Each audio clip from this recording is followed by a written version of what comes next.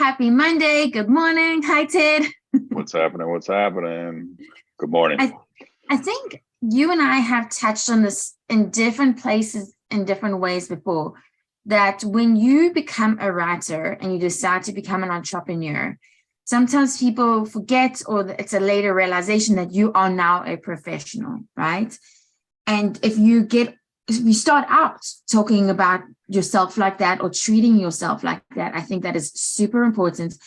And then let's talk a little bit, Ted, about how you talk and are with others. So how would you employ a professional? How have you practiced this in your own life? This professionalism with clients, any do's or don'ts or things that you've learned over the years?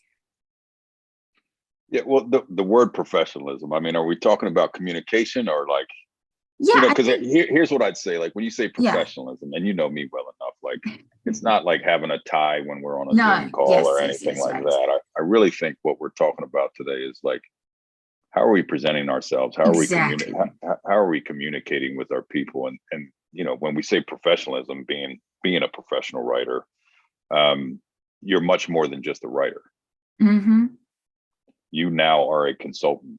You're a trusted advisor. You're a business partner to your clients. And that requires a different approach because, your skill is writing, your skill is getting it done or giving them a piece that they're going to use on their website or a piece that they're going to put out in their marketing campaigns or whatever.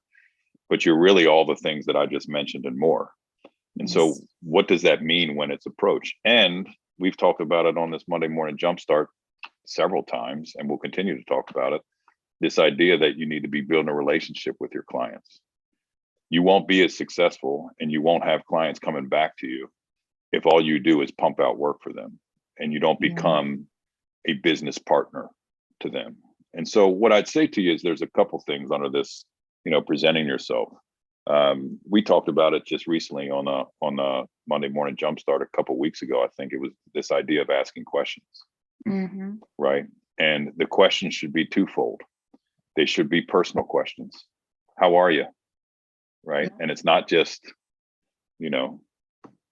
accepting that answer like we talked about too. And then there should be business questions that don't even seemingly have to do with the piece of writing that you're going to produce for them, that have to do with their business so that you have a clear understanding of their business, their outcomes, their goals, and all of that. And those things should be wound into most conversations that you have with them. The second thing that I think about quickly when I think about communication is rhythm. Like, how often do you talk to them? Are you going to become like, this, Jade, in a lot of businesses, I'll say, hey, do you guys, and I'm talking about, in a business structure, W-2 employees, I'll say, well, how often do you guys have meetings? And they'll say, we meet all the time. And I'm like, well, what do you mean you meet all the time? I'm like, well, we have to talk all the time because we're constantly troubleshooting and putting out fires and all this stuff. I said, well, that's not a purposeful meeting. That's getting something done. And so what I would encourage our listeners today to be, you don't want to be that person. You don't want to be the person that they're just calling you every time they have a problem, or you turned in a piece of writing that they're not happy with. And therefore that triggered communication between the two of you.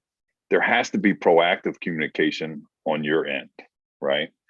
Now, the outcome for me is that you become a person that they're calling, not just about a piece of writing, but because you become a partner to them, a trusted advisor to them, and they want to talk about something within their business or even, quite frankly, personally.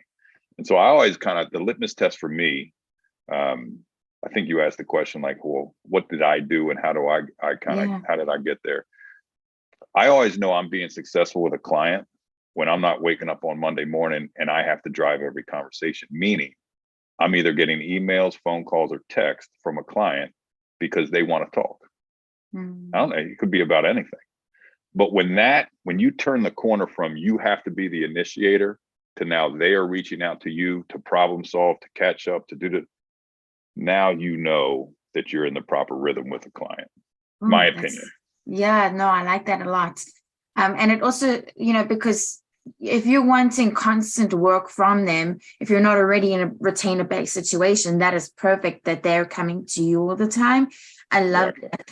And then I wonder, Ted, because there is also this dynamic of the first reach out, right? Because a lot of our members are doing prospecting, right? And they're emailing. And look, I see emails in my inbox from people cold emailing me all day long. And so often I can tell it by even the opening line that I don't even open it. If you know what I mean? Like they got the business name wrong, or they don't they call me Mr. or Mr. Like they don't know which one it is, right?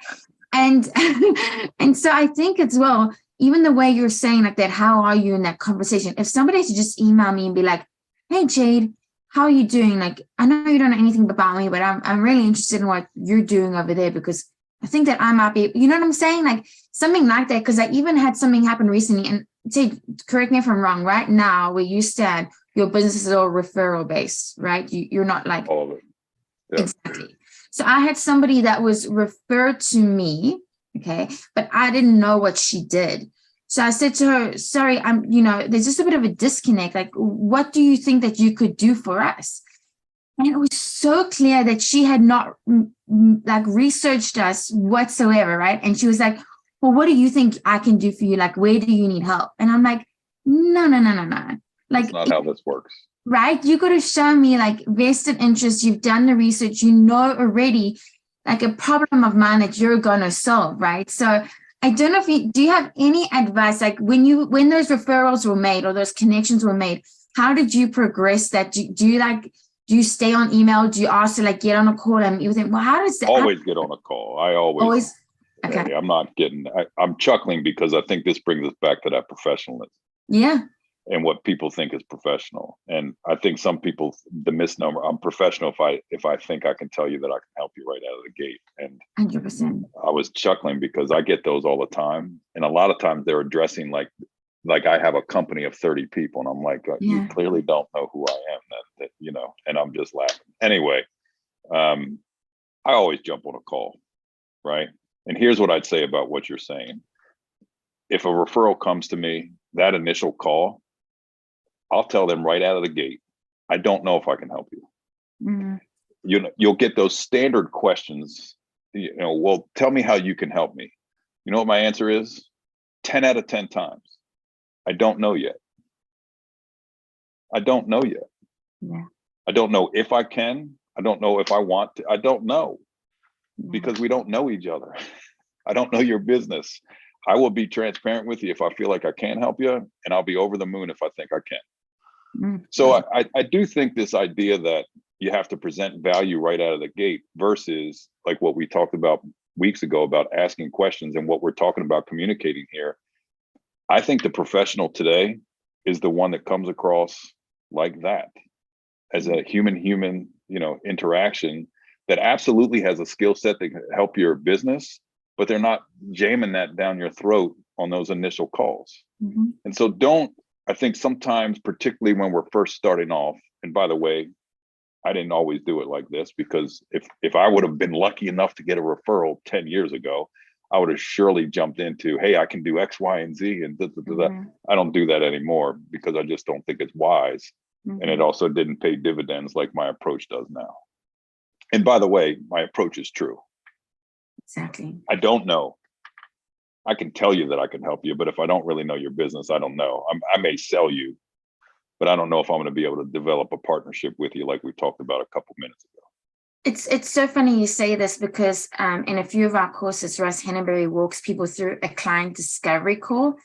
And the opening line is, I want to ask you a few questions to see if I can help you, or if I'm not the person, maybe find somebody that can help you, but I just want to find out a bit more about you before we can answer that question. Does that sound fair to you? And he's like, nobody's going to say no to that, Yeah. And I think trust, even what you're saying with just saying, I don't know yet, that's another few episodes ago, we talked about building trust, right? Out the gate, they're going to trust you, and you've disarmed the apprehension or the adversity that they might be between you. So I think that's a great tip. I like that you bring the word trust up, because I think you have to trust the referral, right? Meaning that, look, Jade referred X to me. I have to trust that Jade knew there was enough synergy that there's something there, but it's up to me to go figure out what is, right? So you have to trust that, look, but don't be overzealous with it. Because every referral, you will learn this in business. Although the listeners, all referrals don't mean clients. Yeah. They just don't. But sort of the topic that you introduced today, this idea of presenting yourself like a professional, presenting yourself and communicating with the proper rhythms and approach and all that, you will get the right ratio of referrals that become clients. Yes, so I think then an approach can be, you start out human to human, understanding that even though the person may be busy on the other end, they also have problems and hopefully you can provide the solution to, right? And then when you get that privilege of being on that call with them, start with being trustworthy and honest as out of the gates to see if you are the right fit for each other. And I think as the writer, it's also good to go in there with that mindset. Like, I want to see if they're right for me versus taking, whatever comes along. And I think they'll be great professionals. Yeah. Well, let's not get in our heads about the word professional. Yeah. Yes. Right. Yes. No, I do. I like it. Particularly in today's world, I think people appreciate a different approach. I'm trying to think of homework today of how they can practice this, but I guess it's just to start that reaching out and that human to human conversation. Hey, I'll give you a thought. Okay. Think about the next time you're on a prospecting call. You can call it a prospecting call, meaning whether it's through a referral or somebody you got linked up with on LinkedIn or whatever it may be. I want you to change the course of the first 10 minutes of the first conversation and pay attention to what is the content of that first 10 minutes of the conversation. Is it relational? Is it discovery? To Russ's point, are you asking questions or are you jumping right in? What I would want you to do is suspend any value proposition in that first 10 minutes. I can tell you, and it's not a tactic. It comes from a very place of, I dare say love on this, but I do care. I want to work with people that I come to care about. And so the first 10 minutes, quite frankly, usually the first 20 or 30 minutes, I'm getting to know the person. Do you have a family? Do you have kids? Do you have grandchildren? Tell me about what you do, like what's most important to you, all of those things. And then I later on talk about, well, at least now I know what you're working for and trying to build this business for. So, but I never get to business in that first 15 to 30 minutes. Never. This is off topic, but on topic. How do you maintain all the personal knowledge that is it all here, or do you document any of it?